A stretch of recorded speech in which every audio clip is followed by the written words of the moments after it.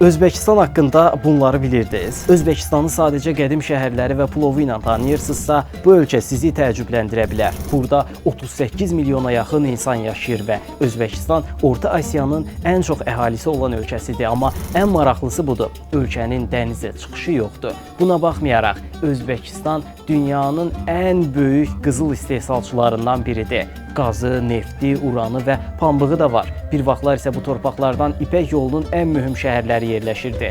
Səmərqənd, Buxara və Xivə bu gün də dünyanın hər yerindən turistləri özünə çəkir. Özbəkistanda sizi başqa bir şey də təəccübləndirə bilər. Küçələrdə demək olar ki, hər yerdə Chevrolet görəcəksiniz. Bunun səbəbi ölkədə avtomobil istehsalının geniş yayılmasıdır. Daşkənd metrosu isə 77-ci ildə Orta Asiyanın ilk metrosu kimi istifadəyə verilib və ən maraqlısı, Özbəkistan xalqı qonaqpərvərliyi ilə məşhurdur. Xüsusilə kəndlərdə turistləri evlərinə dəvət edib süfrə açmaları adi haldır. Bəs siz Özbəkistana getmək istəyərdinizmi?